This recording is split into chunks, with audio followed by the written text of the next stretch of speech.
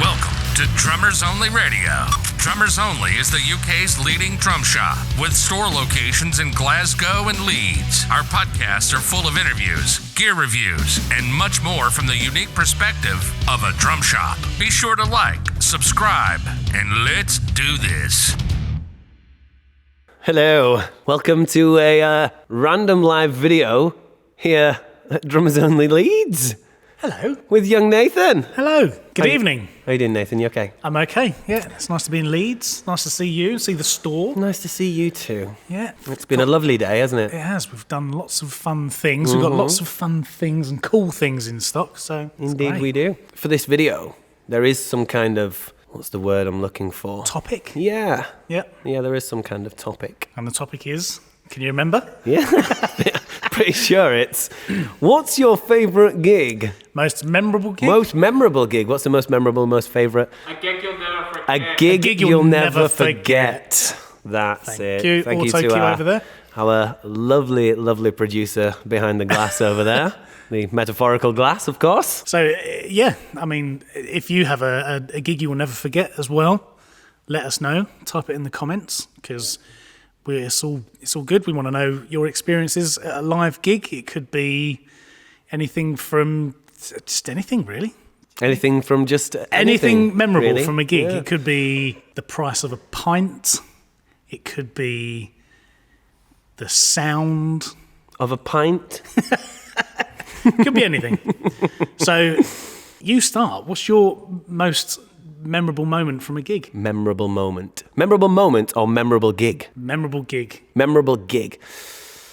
I'm going to give a couple of answers to this. Purely because my most memorable gig is probably the first gig that my parents took me to. Right. So I am a massive fan of Whitesnake. Right. My dad and my mum, both massive fans of Whitesnake, have been for a long time, so I got brought up on that sort of stuff. Yep. And we went to a Monsters of Rock tour at the Manchester Apollo, Right. which is an awesome venue. The sort of the camber of where the audience stand is perfect, so you can see the stage perfectly from wherever you are. How old were you? Oh, I want to say 12, 13. 12, 13-ish. Can't remember exactly. Bit of a blur, isn't it? The Yeah. teenage years, yeah. But yeah, mum and dad took me. The lineup was Y&T, Choir Boys, Gary Moore, and Whitesnake. Nice. So I got to see Gary Moore, which was awesome. Awesome, yeah. It's just a three-piece. There was Gary, some ridiculously good bass player, and the guy on drums was, what's his name? Plays Pearl, plays for Primal Scream. Don't know. Oh, can't remember. If you can remember who I'm talking about, put it in the comments somewhere and let me know. They were awesome. And then Whitesnake came on. First time I've seen Whitesnake live in the still of the night. I think they were touring at that point, and it was incredible. Tommy Aldridge's drum solo where he hits the hell out of the drums with his hands. First time I'd seen that in person, and I was just like jaw on the floor watching him play that. So that sticks out because it was the first gig I ever went, first proper gig I ever went to. And another one that is very memorable to me is when I saw Steel Panther and Def Leppard on the same show. Right. In fact, no, it wasn't just them two. It was Steel Panther, Def Leppard, and Motley Crue. Wow. That was insane. Lots of hairspray. Yeah, ridiculous amounts. Steel Panther, the musicianship between that band is insane. They market themselves as this piss take band, but they are really not. They are incredible musicians. That's the thing, I think, when you see a band like Steel Panther, you watch them and you actually just, when you pick apart what they actually do, the musicianship there is just, they could have just put themselves out there as just a standard, not standard band, but like a non-comical Yeah. band, and they would have absolutely smashed it. Yeah, for sure. If there'd have been a band in the 80s, a serious band in the 80s, they'd have been a worldwide phenomenons. Phenomenon. Yeah. Phenomenon. So what about you? What sticks out in your mind? I reckon, I mean, I've been to, obviously, hundreds of gigs over the years, but I think... Hundreds? Well, ish. It's probably about 10. I reckon it was Limp Bizkit, and it was like a random gig. They weren't touring an album. They just suddenly just went, do you know what? Let's just go and tour. And I think they literally did a couple of dates in the UK, and it was 2011 or 2012, and they did Brixton Academy. Oh, nice. And it was just one of those gigs where me and my missus, we just thought, let's just book ticket, let's just go. You know, we had nothing on. And it was just incredible, hit after hit. Like I say, they weren't touring an album, so it was just like a greatest hits. Banger, banger, banger, mate, banger. From the get-go, I think they started off with My Generation. So, yes. And there was no intro, literally the lights just went down and the crowd went up. And then John Otto just come in with his do-doof, do-gadoof, do-doof, Yes. do-doof. There was no even, because at the beginning of that song, there's like the little build-up, isn't there, on the hats and the kick. But he didn't even do that, and he just went straight into it. And it was just the sound. And John Otto, man, is just one of those drummers which is, I don't know, I think he's just a bit of a, he's just, I don't know, there's something about him where he's not really on that pedestal with... He's underrated. Oh, mate, Yeah, he's incredible. massively underrated. But he's just such a groove monster, and he was... I've not heard many people tune their snare as high as he tunes his snare as well. The crack on his snare is mate, it's insane. unbelievable. But the thing is, he sits quite low, and he had just like everything from like 6 right down to an 18, and he just had chinas and cymbals and everything in front of him, and you couldn't even see him. You could just see like things moving. Yeah. But he's not really he's not one of these drummers that sits on the crash the whole time. He's pretty much just hats. No, a load of hat work, isn't Oh, there? Yeah. tons. Yeah. So and that was So everything from his sound to and I think Limp Bizkit over the years obviously had loads of lineup changes. And I think this was the one gig where they were suddenly all back together. Oh, so Wes was there. So Wes was there, dressed up. Because they had like Buckethead on guitar and all sorts of people. But Wes Borland was there, and he had some like LED face mask with like the top half of him was white, and he had long black hair, and he had this LED mark, and he just looked.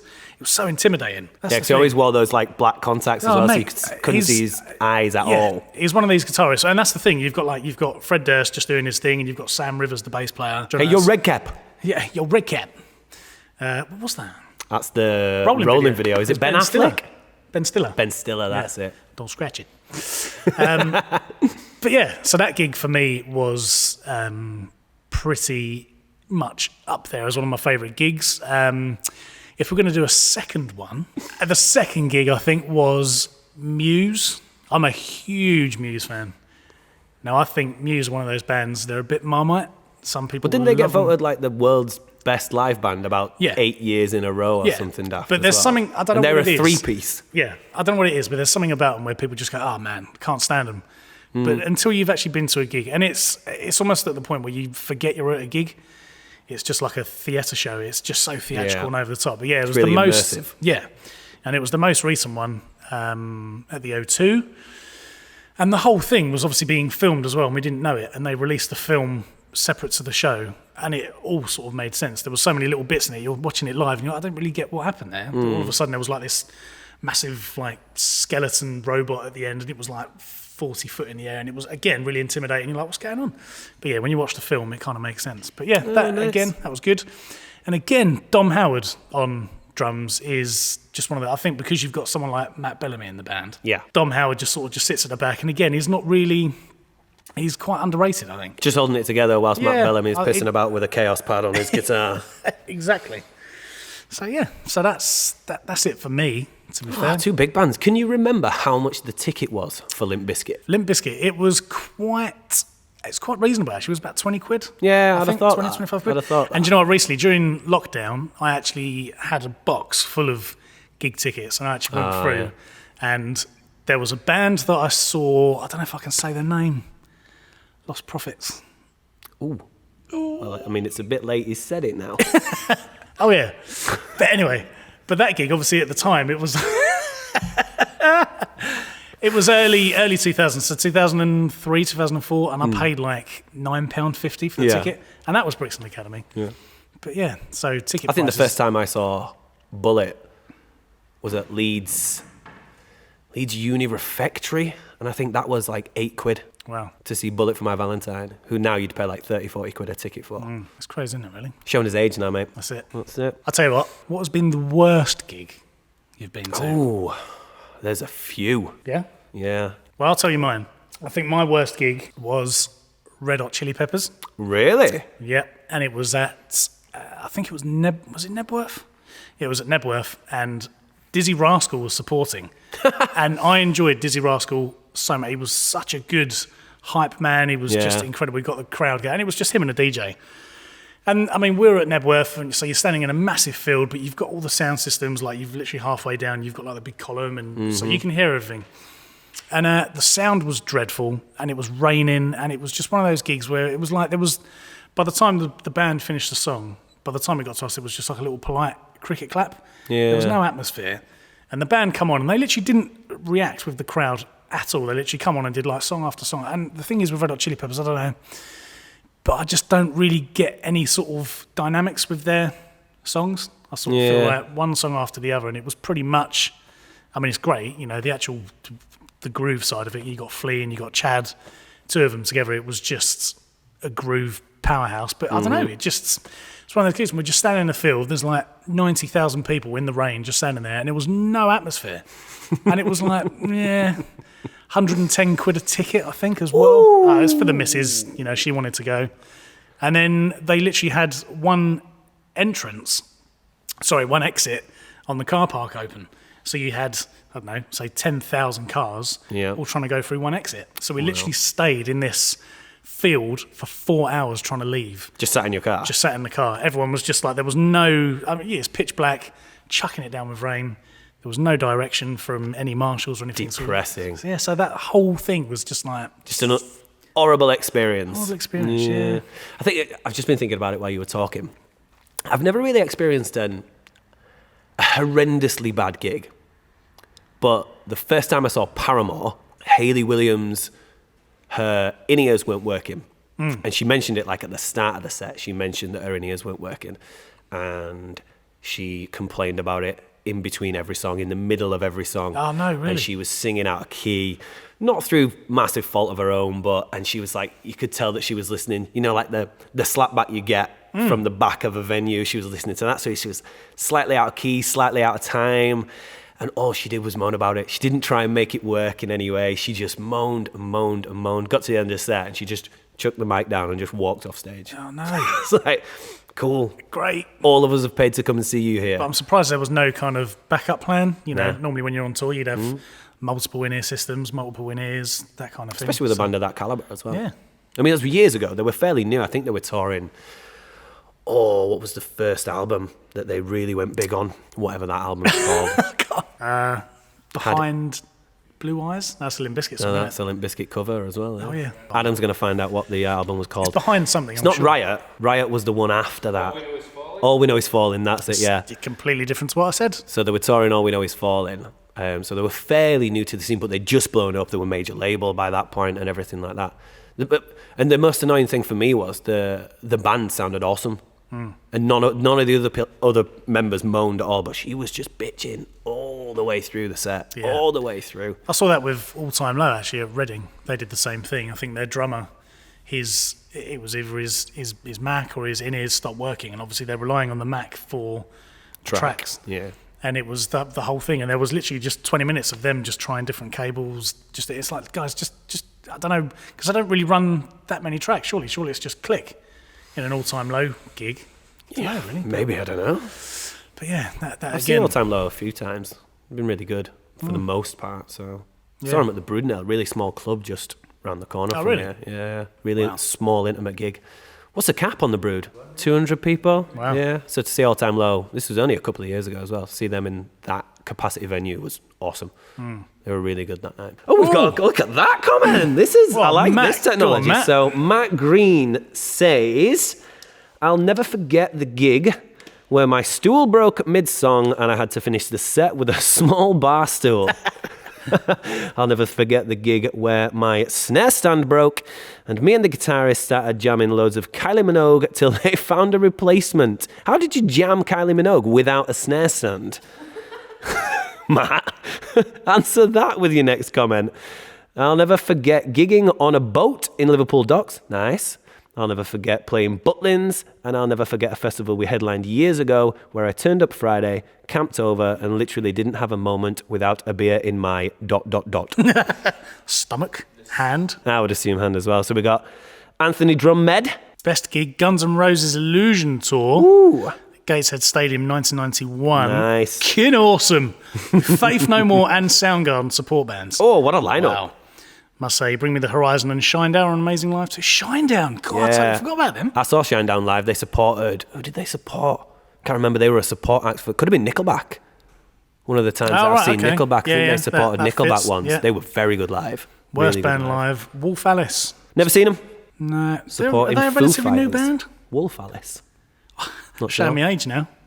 I've heard about them. They're quite good, I believe. Foo Fighters. I think I've heard of them. Foo Fighters. I'm currently listening to, on the way up here, I was listening to the new Dave Grohl. Adam's on with that as well. Oh, mate, so good. I'm only about 4 chapters in, and it's just, the guy's a legend. What more can you say? He's incredible, isn't he? He's disgustingly talented and handsome. You ever seen them live? Yes, saw them at Reading. That was the same Reading as the All Time Low thing. But yeah, they were incredible. And when you go and see a Foo Fighters gig, I think it's like you're in it for the long haul. Mm-hmm. You're not going to just sit there and go, well, we'll go and get a beer and then watch a couple of tunes and then go away and come, because they literally do about 2.5 hours. Yeah. And it's just... Even at Reading Festival, they let them do that long? I think it was about 2 hours, I think. Jesus. Yeah, man. The headline? Yeah.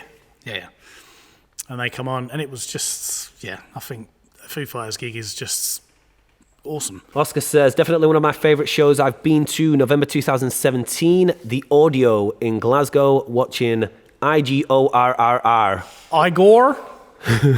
Who is Igor? Igor, my fielder. Is that an acronym? Death Metal Breakcore. Cool, wow. Oh, okay. Such a mind-blowing experience. The band played an insane set with the female vocalist doing a vocal solo. Ooh, okay. Section midway through the show. Whole venue was silent. Everyone was in awe of her voice. I have never seen such a diverse crowd at any show ever. 10 out of 10 would recommend.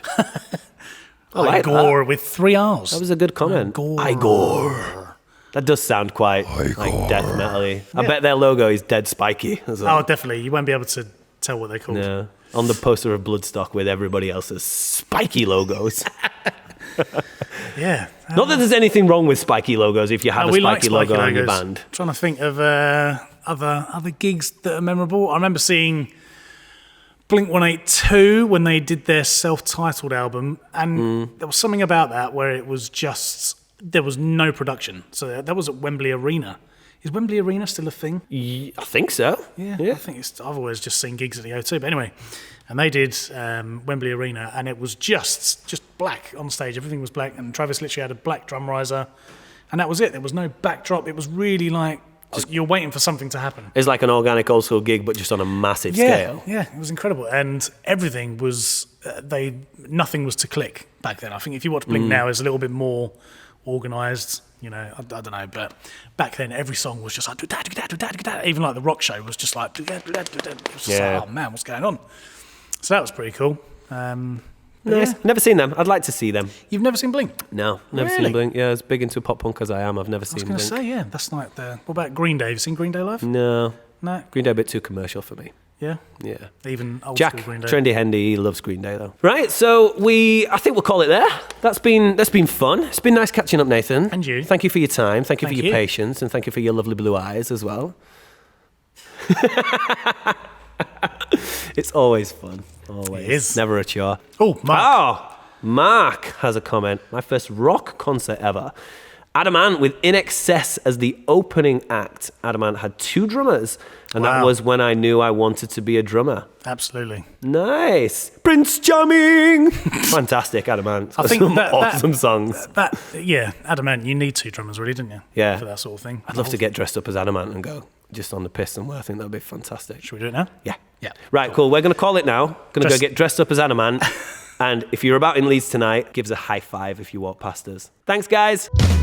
Thanks for listening to this episode of Drummers Only Radio. You can find us online at www.drummersonly.co.uk. Drop us a line. We're on Facebook, Instagram, Twitter, at Drummers Only UK. Make sure you subscribe to the podcast. We're on Apple, Spotify and YouTube.